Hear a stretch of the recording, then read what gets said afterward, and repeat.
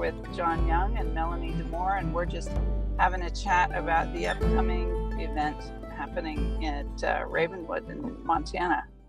I wonder, Melanie, if you couldn't just tell us a little bit more about your background as a vocal activist and the kinds of things that you like to bring to people together to do. Well, one of my main things is really strengthening and tightening the weave of community through song.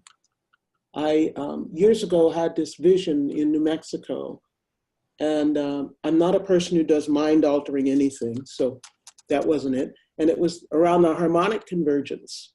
And I was standing on Spiral Lake. They have things like this in Taos, New Mexico, all the time.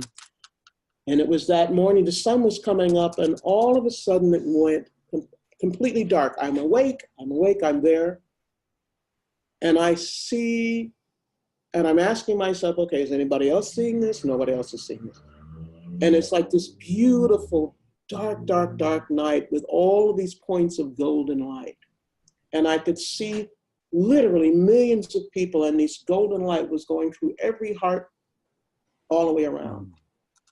And I noticed that there was like this golden shimmering light, and there were places where the web was threadbare, but no place was it broken. Mm. And I thought, that's it. And I could see places where some people were just radiating out a little bit more light to feed the next person who might be a little bit under the weather or something, but no place was the web broken. So for me, that was complete revelation. And so I decided that my job was to tighten that weave of community through music and song, and help strengthen up those places that seem threadbare, but the reminder that no place is broken. That is what I want to do. That's what I do with my music and stick pounding and songs. Thank you. Brilliant. Really nice. John, how about you? For me, I've been working with music as a connector as well. I'm highly inspired by what Melanie just shared about her vision and the tightening of the web. And what I've been working on is bringing people out into nature, sending them off by themselves, working on their senses, connecting their threads to the natural world, getting inspiration from trees and birds and stars and wind, cultivating. Everybody has stories to tell. Everybody has a song in their heart. Whether a person can carry a tune or they don't think they can. When we've done this music, nature, and storytelling with people, the most beautiful things come through every single person. And they go out into small groups. They go out to a spot in nature by themselves. They come back into their small group. They have a little intimate share of what they got or what they didn't get. And then they come back into the room, and we just keep hearing from every participant. Eventually something beautiful comes through, a poem, a tune, a song, and then it gets woven into this gorgeous tapestry of the in-breath and out-breath of our hearts and our beings with nature, with ourselves, and with each other. And it's absolutely phenomenal. And I think it's going to be, we both love music, Melanie and I, and all the staff. They all love music, and they love to share music. And this is just such a great opportunity to strengthen those threads that are connecting us, those golden threads, in so many ways. And I'm just so excited about it. And I personally would love for Melanie, if you have it, to do this, just offer a little bit about the sticks for people, what you're going to do with that, because that's super exciting to imagine how these two things will weave together. Absolutely. So I do these community building things through song, and this pounding stick, which is a tradition from the Gullah South Sea Islands of the United States, and Georgia, Florida, and South Carolina. And I've developed this whole thing through the stick about community building, because the people who were stolen from Sierra Leone and that part of the world were stolen and brought to these islands. And these are people that had a history and stories and lineage and traditions.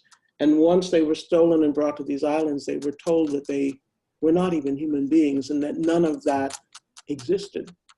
And so all of these people brought over created a language And to me, it's really important that when we come together from different places, that we find a common language in which to be able to tell each other our stories.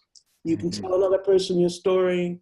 If you forget, they can remind you because you shared that with them. All of that goes into the construction of the sticks. And then we learn the rhythms, the movement, and how that people can take all of those things that have been told that they're, all that stuff that tells them that they're nothing, and turn it into something powerful and strong together, so that we acknowledge each other's humanity through the rhythm, through the stories, through the songs, and we learn together, because we're all on equal footing. Most people don't know anything about this. But once you find you will find in the first 10 seconds, when you take your bare stick before we decorate them and learn all the stuff, you begin to infuse who you are into that stick. And every person that's around you infuses their conscious spirit, their intention to be part of your family group. It's so important doing these sticks. And so you got to learn to pound. We're going to pound, paint, tell stories. We're going to dance. We're going to sing. And it's a connection to your ancestors, no matter who you are. And I want to say one other thing. It's not just about my ancestors as an African American.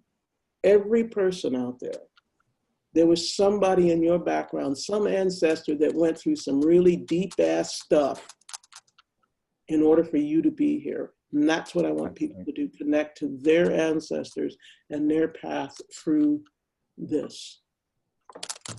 Pound on, people. You know, I, as I said earlier, when we were talking about this, just it makes my hair stand up just to know what's coming. Because every time we've done music, nature, and storytelling, it's been very, very potent and very connective and very healing. People just move to tears from the beauty and simplicity of what's coming through people's poetry and song. And when I imagine weaving the dimensions that you're sharing, Melanie, it just, again, it's just, even now, you know, I'm getting that full shiver over my whole body. I just know this is going to be a gorgeous and beautiful, unforgettable experience for all of us.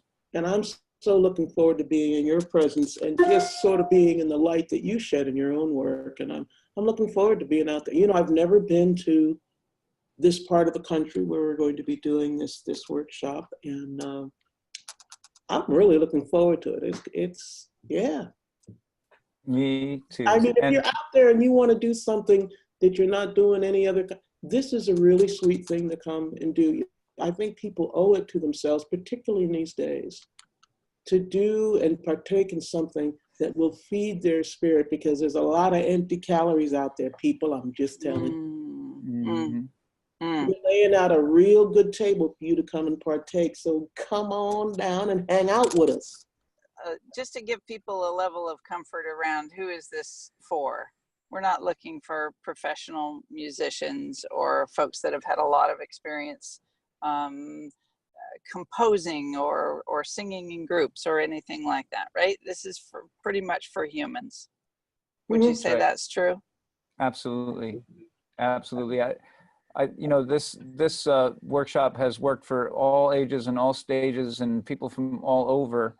And it really is for everyone. You know, think of it as a gift to yourself, and you know what you'll take home from it is more light. You know, and that's the only entry requirement is that you want to be there and that you're really excited to share and to be part of something that's going to be deeply beautiful. And you know, I know Melanie, you have something to say about that as well. So please do. Oh man, I'm just saying. I mean, you know, it's all you got to do is just be willing to be in the room, to be in the forest, to sit next to a tree, to sit next to somebody maybe you don't know.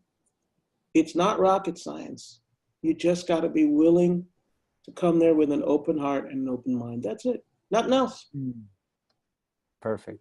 Ain't no thing but a chicken wing. Great. Well, thank you, Lisa, for bringing us together. I'm ever more excited about this time we're going to share together. So thank you very much. Thanks so much to both of you. Yep. Yeah. Looking forward to it. Peace. right.